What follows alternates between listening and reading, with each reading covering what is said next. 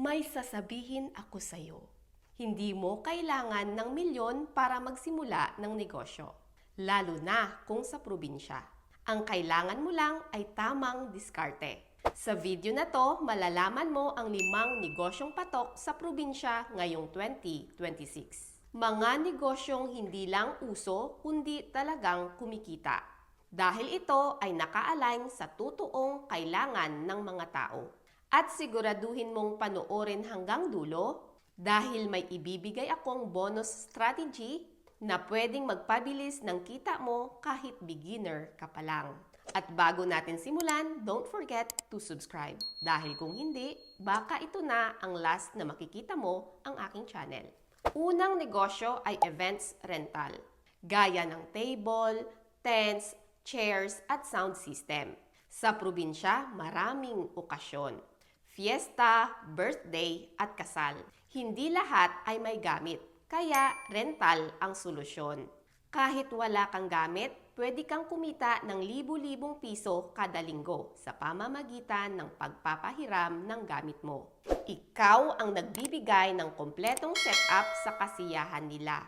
Isipin mo na lang na ang events rental ay parang silent partner. Hindi ikaw bida sa event, pero kung wala ka, hindi ito matutuloy. Isang set ng tables at chairs ay pwede mo nang paupahan ng paulit-ulit. Isang beses mo binili, pero kikita ka ng maraming beses. Ang pinakamalakas na edge nito ay hindi lang kita, kundi predictability ng demand. Hindi nawawala ang selebrasyon sa kultura natin. At dito pumapasok ang diskarte. Hindi mo kailangang kumplituhin kaagad. Pwedeng magsimula sa basic, table at chairs. Tapos, reinvest ka hanggang maging full package. Pangalawang negosyo ay motorcycle repair or vulcanizing shop. Motor ang pangunahing transport sa probinsya. Laging may nasisira, nauubusan ng hangin o kailangan ng maintenance. Habang may kalsada o habang may motor, hindi ka nawawalan ng customer. Hindi mo kailangan ng malaking pwesto. Kahit simpleng roadside setup ay pwede na. Dahil ang vulcanizing shop ay parang emergency room sa kalsada. Kapag na-flat ang gulong o nasiraan ang motor, hindi na nag-iisip ang tao kung saan pupunta. Automatic hahanapin nila ang marunong mag-ayos. At tulad ng ER, hindi pwedeng i-delay. Kaya urgent ang bayad at kita. Plus, ang maganda dito dahil urgent ang serbisyo mo, ang customer ay hindi na mag-iisip ng presyo. Ang tunay na lakas sa negosyong ito ay consistency at location. Hindi ito negosyo na aasa sa trend. Aasa ito sa araw-araw na problema ng tao.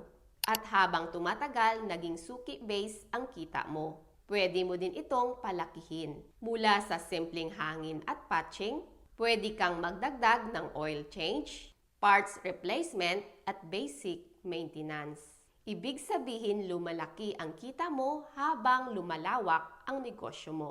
Pero sandali lang, kung iniisip mo na parang marami na ang gumagawa nito, may sasabihin ako sa'yo sa dulo na magpapabago ng kompetisyon. Kaya huwag kang aalis, baka ito na ang magtutulak sa'yo para magsimula. Pangatlo, cold drinks or milk tea business. Minsan, ang pinakamabilis na kita ay galing sa pinakamaliit na luho. Mainit ang panahon, ang tao ay naghahanap ng pampalamig.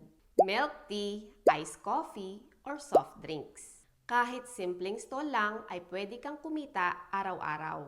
At pwede din nga, lalo na kung summer, dahil uso ang basketball sa lugar nyo, pwede kang magbenta ng pampalamig gaya ng ice water or ice candy habang nanunood. Ang target mo dito ay halos lahat ng tao. Ibig sabihin, hindi ka lang nagbebenta, kundi sumusunod ka sa galaw at lifestyle ng tao.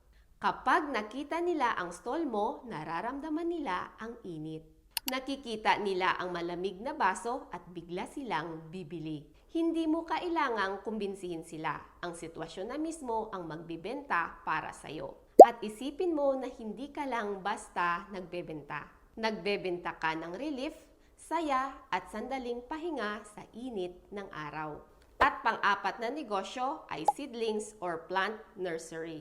Maraming gustong magtanim ornamental plants man or gulay. Pero ayaw nilang magsimula sa buto. Gusto nila ready to plant na. Dito papasok ang negosyo mo. Seedlings, plants, or gardening supplies. Ang tunay sa lakas sa negosyong ito ay paulit-ulit na demand at lowest production. Isipin mo ito, ang isang customer ay bumili ng 10 seedlings ngayon. Kapag naging maganda ang ani o tubo, pwede maging 50 to 100 seedlings ang bibilhin niya next time. At habang tumatagal ay pwede mong palawakin. Magdagdag ng paso, lupa, fertilizers at tools. Hanggang sa maging one-stop shop ka na para sa pagtatanim. Kailangan mo lang ng tamang paraan sa pagpapalaki at consistency sa pag-aalaga. Hindi lang isang beses bibili ang customer. Kapag nakita nila na tumubo at successful ang kanilang pagtatanim, babalik at babalik sila para bumili ulit.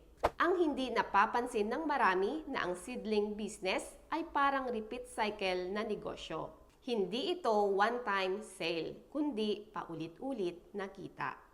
Bakit? Dahil ang pagtatanim ay may cycle. Tatanim, aanihin, mauubos, at tatanim ulit. Panglimang negosyo sa probinsya ay LPG or gasol retail. Kapag naubusan ng gas ang kapitbahay mo, hindi yan maghihintay. Hahanapin ka kaagad. Araw-araw gumagamit ng LPG sa pagluluto. At kapag naubusan, urgent ang pangangailangan. Pwede kang magsimula bilang reseller. Hindi mo kailangan ng malaking kapital. Ang pinakamalakas na pundasyon sa LPG ay necessity plus urgency. Hindi ito luho, hindi ito optional, kundi kailangan araw-araw. Isipin mo na lang, hindi pwedeng sabihin ng pamilya na bukas na lang kami kakain. Kapag naubusan ng gas, solusyon kaagad. At dito ka nagiging importante. Ikaw ang nagpro-provide ng mabilis at reliable na solusyon sa problema nila. At kapag naka 10, 20, or 50 households ka na, parang may sariling ecosystem ka na nakita. Pwede mo din itong palakihin strategically. Mag-offer ka ng delivery text, call ordering, or scheduled refill.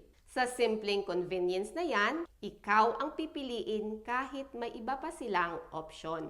Kaya ngayon, napapansin mo ba ang pattern? Hindi ito tungkol sa pinaka-unique na negosyo, kundi sa negosyo na araw-araw na pangangailangan ng tao. Kaya kung ikaw na nagdadalawang isip pa, tandaan mo, hindi pera ang kulang sa'yo, kundi desisyon.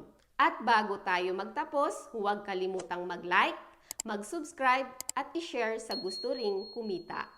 See you in my next video. Salamat!